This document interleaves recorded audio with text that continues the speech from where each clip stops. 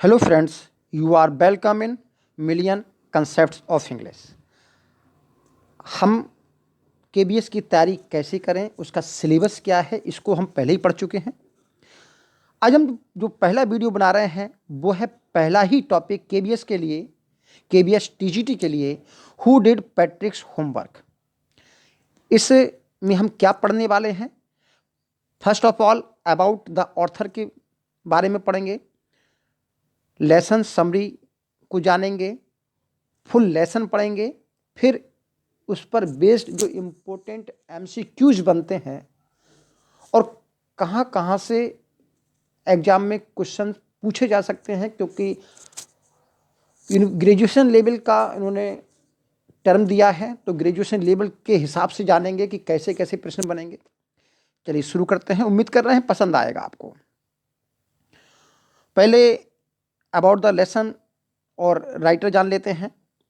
This lesson is from book Honeysuckle of class 6। देखिए NCERT की book है class 6 की, हनीशकल, तो उसका लेसन है हु डिड पैट्रिक्स होमवर्क।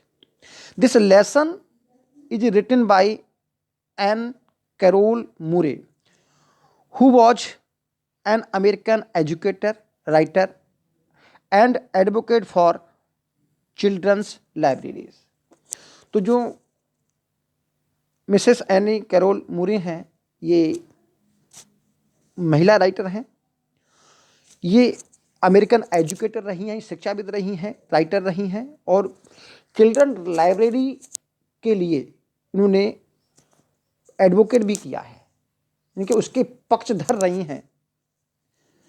और इनको इसीलिए इनको शॉर्टकट नाम से ये फेमस थी, एसीएम, जिसका मतलब है एनी कैरोल मूरे, इस नाम से फेमस थी। कि बर्थ की बात करें, जुलाई 12, 1871 न्यूयॉर्क में, अमेरिका में होता है, और डेथ जनवरी 20, 1961 अमेरिका में। तो आप जानते हैं कि इन्होंने एडवोकेट फॉर चिल्ड्रंस लाइब्रेरी, तो यही कारण है फ्रॉम 1906 टू 1941, 1906 से लेकर 1941 तक she headed children's library service for New York public library system. अब हम बात करते हैं इस चैप्टर की समरी के बारे में। तो देखिए समरी के बारे में बात करें तो चैप्टर का नाम है हु डिड पैट्रिक्स होमवर्क। तो पैट्रिक एक स्टूडेंट होता है और जो होमवर्क को करने से हमेशा नफरत करता है, उसे अपना होमवर्क जो है उबाऊ लगता है काफ़ी। तो यही कारण था, वो कहता था टू बोरिंग। तो उसकी रुचि खेलने में थी, वह 3 खेल खेलता था जो इसमें चैप्टर में है। वह हॉकी, बास्केटबॉल और नितेंडू खेलता था। और जबकि उसके अध्यापक उससे कहते थे बेटा काम कर लो, क्योंकि काम करना जरूरी है, वरना वह मूर्ख रह जाएगा। तो वह काम नहीं करता था, क्योंकि हमेशा उसको होमवर्क अपना उबाऊ लगता था, लेकिन वो क्या कर सकता था। तो एक दिन पैट्रिक देखता है कि उसकी एक बिल्ली किसी गुड़िया को अपने मुंह में लेकर के उसे छीन रही है। तो ये उसको गुड़िया के मुंह से छीन लेता है। तो देखता है कि वो कोई गुड़िया नहीं बल्कि एक एल्फ होता है, छोटा व्यक्ति होता है, बौना व्यक्ति। तो वो चिल्लाता है हेल्प हेल्प हेल्प। तो पैट्रिक उसको बचा देता है। अब वो कहता है कि अगर तुम मुझे बचा लेते हो इस गुड़िया की, सॉरी, इस बिल्ली के मुंह से, तो मैं तुम्हारी जो है एक विश पूरी करूंगा। तो इसके दिमाग में अचानक आ जाती है कि क्यों ना इससे हम अपना होमवर्क कराएं। अब हम ज़्यादा आगे नहीं बढ़ते हैं, बल्कि यही समाप्त करते हैं कि एल्फ और पैट्रिक दोनों मिलकर के होमवर्क कैसे करते हैं, जबकि उसकी जो सेमेस्टर एग्जाम है उसमें केवल 35 डेज बचते हैं। तो 35 डेज में कौन होमवर्क करता है, कैसे होमवर्क करता है, इसके बारे में हम इस लेसन को पढ़कर बात करते हैं। तो हम इसको टेक्स्ट को पढ़ते हैं।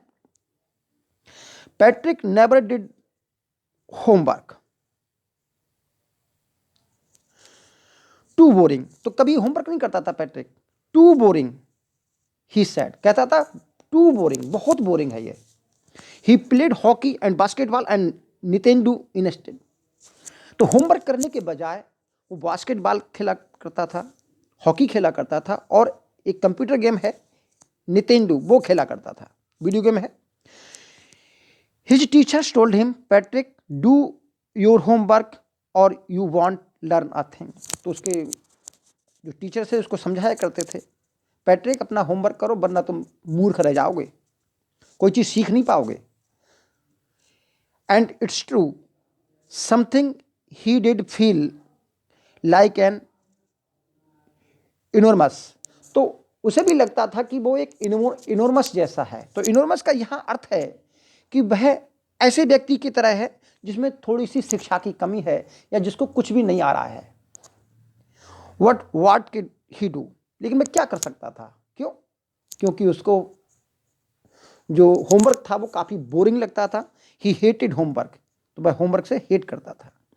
अगर इसी हम पैसेज की बात करें तो इससे जो प्रश्न बनते हैं वो इस प्रकार हैं।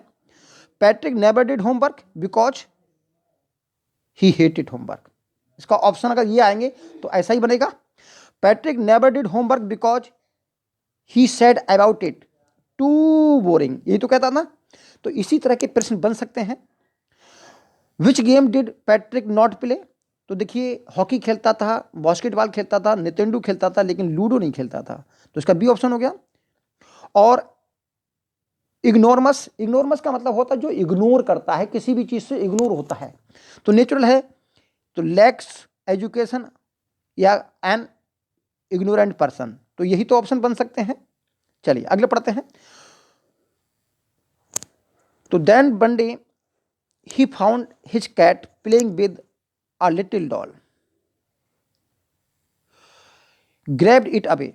तो उसने देखा उसकी छोटी जो उसकी जो बिल्ली थी एक छोटी सी गुड़िया से खेल रही थी, तो उसने इसको ग्रैब्ड इट अवे, यानी कि उसको उसने छीन लिया, उस गुड़िया को उसने छीन लिया। तो ये फ्रेज है ग्रैब्ड इट अवे, ये भी आ सकती है। To his surprise it was not a doll at all but a man of the tiniest size.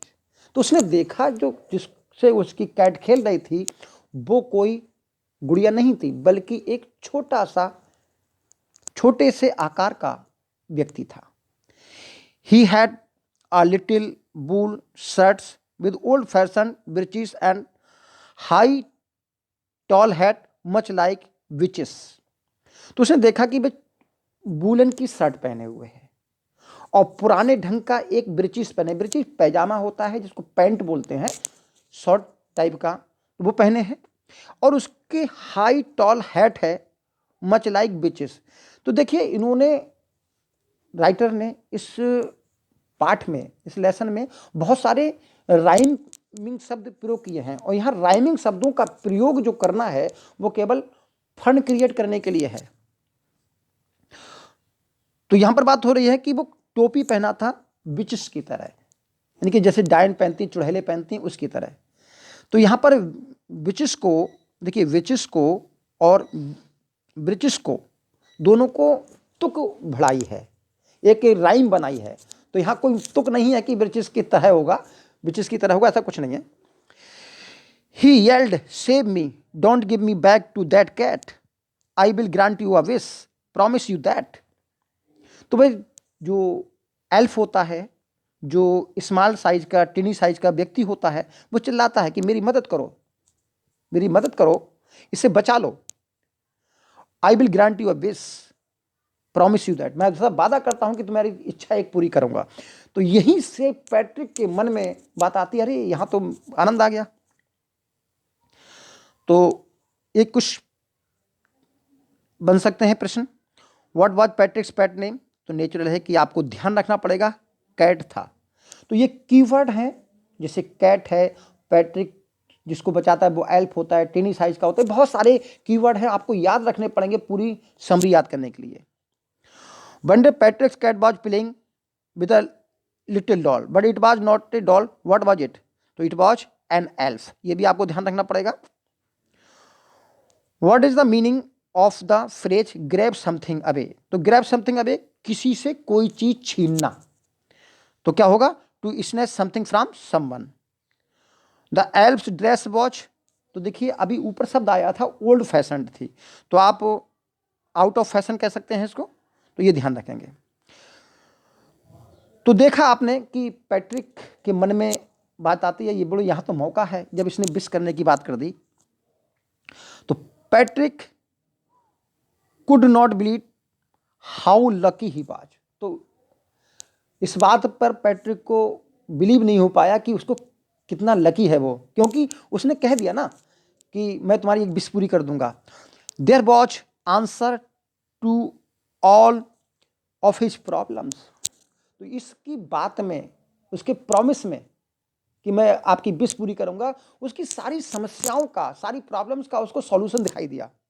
So he said only if you do all my homework, केवल तुम मेरा सारा होमवर्क कर देते हो, till the end of the semester, semester के end तक, that's 35 days, क्योंकि सेमेस्टर में 35 डेज बचे थे। If you do a good enough job I could even gets A's, बोले यदि तुम अपना काम करते हो और 35 डेज से पहले, मेरे सेमेस्टर से पहले मेरा होमवर्क कर देते हो, तो मुझे एग्जाम में जो है ए ग्रेड मिल जाएगा। तो यहाँ ए ग्रेड की बात हो रही है, उसको एग्जाम में ए ग्रेड मिल जाएगा। तो ये सारी बातें उसको सोचने में आई। The little man's face wrinkled like dishcloth, अब छोटे जो व्यक्ति का चेहरा था वो ऐसे सिकुड़ गया जैसे कपड़े, जो प्लेटें धोने का जो कपड़ा होता है, जिस प्लेट साफ करते हैं, डिश साफ करते हैं, उसको कपड़े की तरह उसका चेहरा जो है सिकुड़ गया। तो सिकुड़ गया मैं नेचुरल है कि उसको क्रोध से सिकुड़ गया। थ्रो इन हैम्पर, जो कि हैम्पर में फेंकते हैं, हैम्पर माने जो कपड़ा या कूड़ा डालने की टोकरी होती है, उसको हैम्पर बोलते हैं। He kicked his legs and doubled his fist, उसने अपनी पैर की ठोकर मारी और अपनी मुट्ठी को भींच लिया, डबल्ड कर लिया, मुट्ठी को कस लिया। And grimaced and scowled and pursed his lips, grimaced का मतलब है उसने मुंह सिकोड़ना, यानी कि उसने मुंह सिकोड़ा। तो मुंह सिकोड़ा का मतलब अर्थ है कि उसने घृणा से मुंह सिकोड़ा। एंड स्कॉल्ड, स्कॉल्ड का मतलब है उसने क्रोध दिखाया। एंड पर्स हिज लिप्स, और अस्वीकृति में अपने होठों को गोल किया। ओ एम आई कर्स्ड, ये अभिशाप मुझ पर कहां से आ गया। But I will do it, लेकिन मैं इसको करूंगा।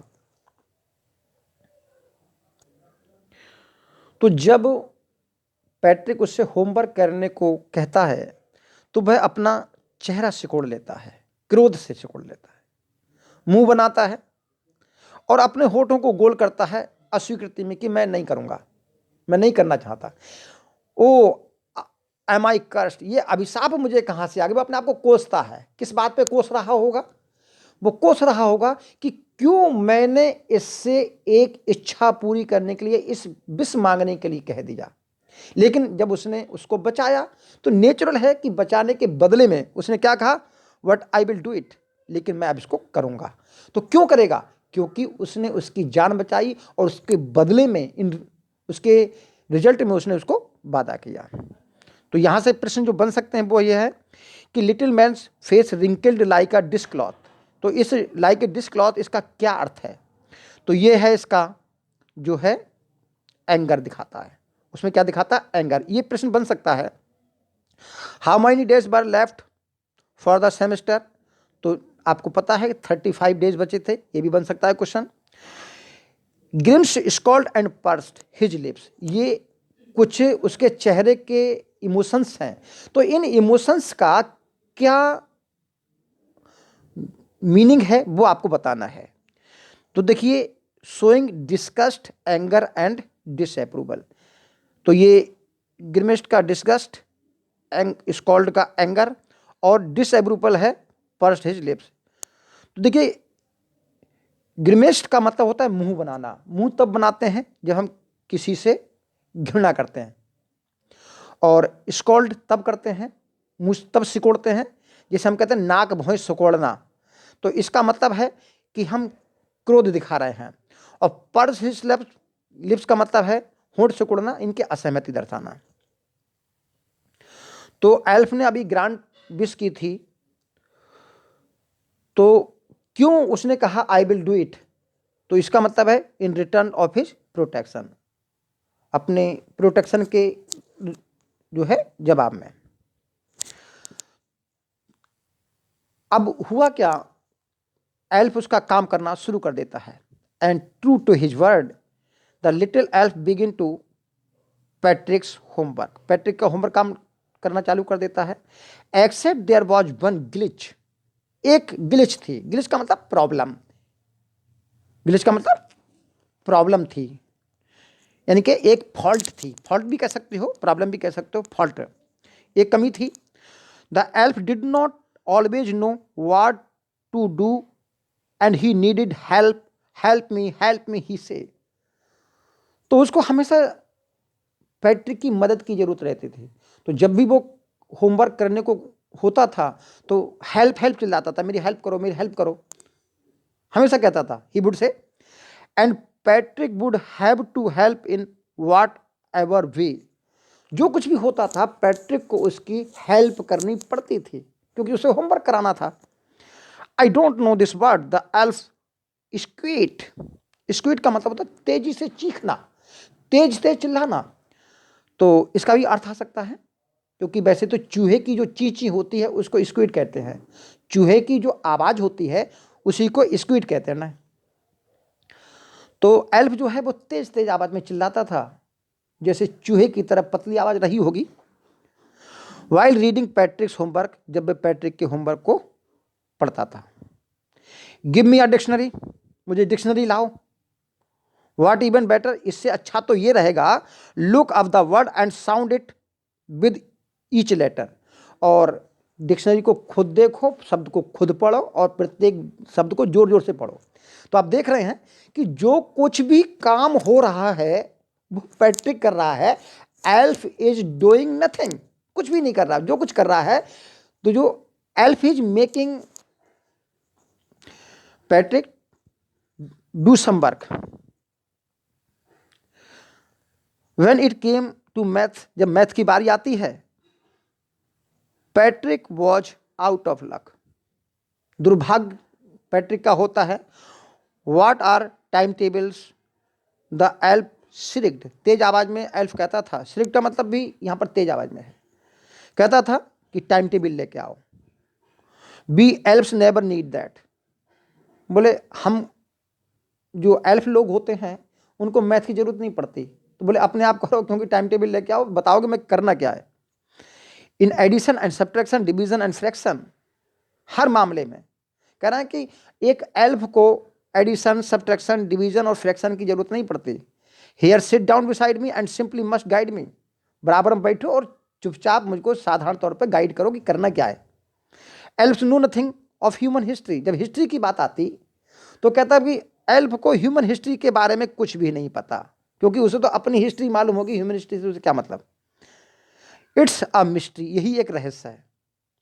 सो little elf already shouter just got louder, तो देखिए यहां पर भी इन्होंने क्या किया है, राइम बनाने की कोशिश की है। और राइम क्यों बना रहे हैं, ये बहुत ही इंपॉर्टेंट पॉइंट हो सकता है, हालांकि इसको एमसीक्यू मैंने नहीं बनाया है। तो क्यों राइम बनाते थे, राइम इसलिए बनाते थे ताकि फन क्रिएट हो। तो इसलिए जो एल्फ होता था लगातार चिल्लाता था और तेज तेज चिल्लाता था। गो टू लाइब्रेरी, लाइब्रेरी जाओ। I need books, more and more books and you can help me read them too, तो कह रहा है कि लाइब्रेरी जाओ, वहां से किताबें लाओ और किताबें लाओ और किताबें लाओ, क्योंकि तुम मुझे उनको पढ़ने में, उन किताबों को पढ़ने में मदद कर सकते हो। अब सोचिए इन सारी बातों से क्या होता है कि पढ़ कौन रहा है, पैट्रिक पढ़ रहा है, पैट्रिक ही तो पढ़ रहा है, और उसको पढ़ा कौन रहा है, कोई नहीं पढ़ा रहा है बल्कि स्वयं पढ़ रहा है, बस उसको गाइड किया जा रहा है एल्फ द्वारा। As a matter of fact every day in every way that little elf was nag. हर दिन, भाई बात ये थी कि हर दिन और हर तरह से जो एल्फ था एक नेग के समान था। नेग वो व्यक्ति होता है जो किसी को डिस्टर्ब करता है, परेशान करता है। तो यहां पर एल्फ लगातार पैट्रिक को परेशान करने का काम कर रहा था। Patrick was working harder and then ever and it A drag. और पैट्रिक पहले के मुकाबले अधिक काम कर रहा था और मेहनत कर रहा था। And was it a drag, और इसको खींचा जा रहा था काम करने के लिए। He was staying up nights. तो स्टेइंग अप नाइट्स, वो पूरी पूरी रात जागता था, यानी पूरी पूरी रात बैठकर काम करता था, पूरी पूरी रात उसको जागा रहता था। And never felt so very, फिर भी थकावट महसूस नहीं होती थी। तो क्यों थकावट महसूस नहीं होती थी? क्योंकि वह सोचता था he is not doing any work but he is making the elf doing some work. भाई खुद नहीं काम कर रहा है बल्कि वो एल्फ से काम करा रहा है, ये बात जो है पैट्रिक महसूस करता था। तो यही कारण था कि उसको थकावट महसूस नहीं होती थी। He was going to school with his eye puffed and bleary. जब वह स्कूल जाता था तो उसकी आंखें सूजी हुई होती थी एंड ब्लेरी, और धुंधली होती थी। तो देखिए पफ्ड एंड ब्लेरी का यहाँ पर अर्थ है कि जब हम काफ़ी समय तक रात में जागते हैं तब हमारी आंखें थोड़ी सी सूज जाती हैं, लाल हो जाती हैं। अगर हम बाहर की तरफ देखें तो ऐसा लगता है कि हर चीज़ धुंधली दिखाई देती है। तो यही कारण है कि उसकी आंखें लाल, थकी हुई और धुंधली सी लगती थी। Finally at last day of school arrived and elf was free to go. अब उसका काम समाप्त हो गया क्योंकि दिन का जो सेमेस्टर था उसका लास्ट हो गया और स्कूल जाने का समय हो गया। As for homework there was no more. अब क्योंकि होमवर्क की बात थी तो बचा ही नहीं था। So he quietly and slyly slipped out the back door. इसलिए वो चुपचाप, और स्लाइली का मतलब है गोपनीय ढंग से, पीछे के दरवाजे से चला जाता है। क्योंकि क्यों चला जाता है? क्योंकि होमवर्क समाप्त हो गया, अब तो कोई काम बचा ही नहीं। तो यहां से अभी तक पढ़ा तो प्रश्न बन सकते हैं। The elf was helpless and needed. क्या जरूरत थी उसकी? तो उसको एजुकेशनल हेल्प की जरूरत थी। The phrase staying up night, इसका मतलब है पूरी रात जागे रहना, रिमेन अवेक एट नाइट, ये आ सकते हैं। मीनिंग ऑफ स्लाइली, स्लाइली का मतलब होता है चुपचाप, सीक्रेटिवली। तो पैट्रिक को अपने गॉट हिज एस, उसको हर विषय में ए ग्रेड मिल जाता है। हिज क्लासमेट्स वर अमेज्ड, उसके क्लासमेट्स अमेज्ड थे। तो प्रश्न यहाँ पूछ रहे हैं आपसे, क्यों अमेज्ड थे?